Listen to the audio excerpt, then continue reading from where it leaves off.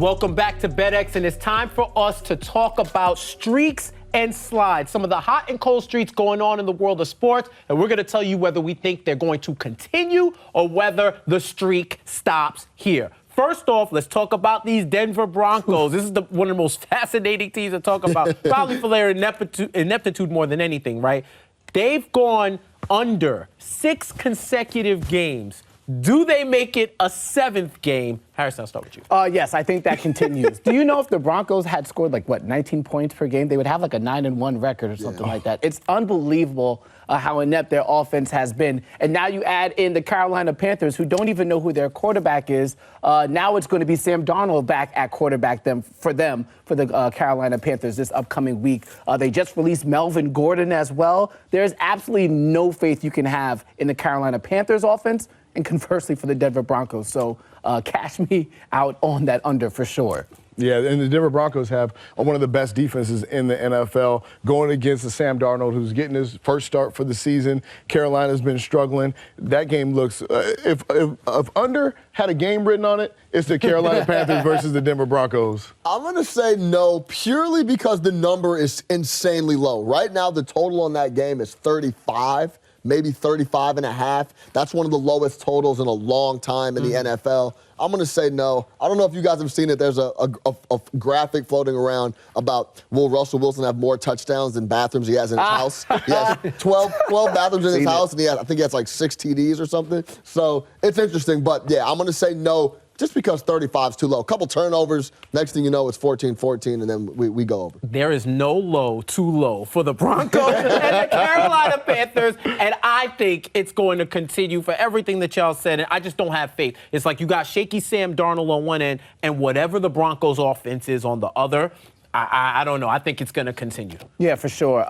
Don't want to see them play. But I might want to see the Gonzaga Bulldogs play, one of the best teams in college basketball. Drew Timme actually going for his 4th straight year as a #1 seed in the NCAA tournament. My streak question for you guys. Gonzaga hasn't lost consecutive games since 2018. Does it continue?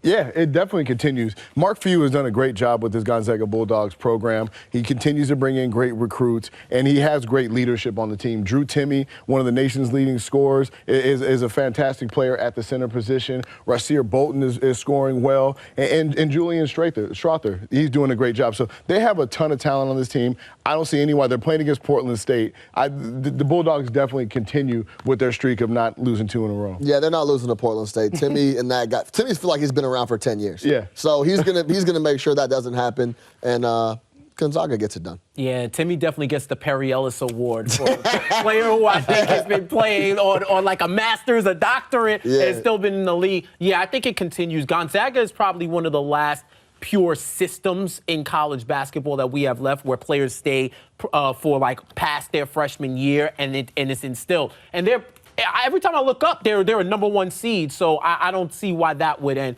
Portland State ain't gonna do it. I don't think they lose consecutive games. Yeah, and you got that Phil Knight Classic as well. So even if, let's say Gonzaga somehow does lose and ends up in that 3rd place game, they might play against Duke and Xavier. Both teams have new head coaches running their programs this time around, and obviously Mark Few's been around for ages. All right, on to the ice. The Bruins have an NHL record 11 straight home victories to start the season. Do they continue this streak, or does it end, Sean?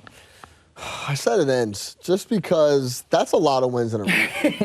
And when I'm looking at the board, I'll try to find a zigzag spot. So I'm going to say it does end for the Bruins. All right. They're facing the Panthers next. Panthers have they're below 500 on the road. I don't know if this is a letdown spot for sure, so I see why you're going with that. I think they make it 12. I don't see them lose, or at very least maybe a tie, but I don't think they're going to lose. Yeah, when the Bruins do get back home, they do take on they do have that game against the Carolina Hurricanes on Friday. That's 1 p.m. The day after Thanksgiving. You know, I think you might get a little bit too comfortable at home, have too many plays. Meanwhile, Carolinas have been on the road. Maybe they'll bond as a team. I think the streak does come to an end. I'm counting on it to end as well. One, because I don't like the region. I don't like Boston teams. You guys, forget that. I'm tired of you guys winning. And they're playing the Carolina Hurricanes. after Thanksgiving, Black Friday, what a better time to end the streak. All right, I'm talking about my favorite guy in the world right now. Justin Fields has 5 straight games with a rushing and passing touchdown. Does this continue? Tied with Kyler Murray at 5. I say no because they're facing the Jets' run defense, which is strong. And I heard Justin has some issues with his shoulder. So as a fantasy owner, chill out and just throw. We don't need you getting hurt. Save my season, please. He's actually on my fantasy team as well. So I hope he performs well, but I would not predict he performs well. Again, to all the points that No Jeff quarterback just made. sneaks. Yeah.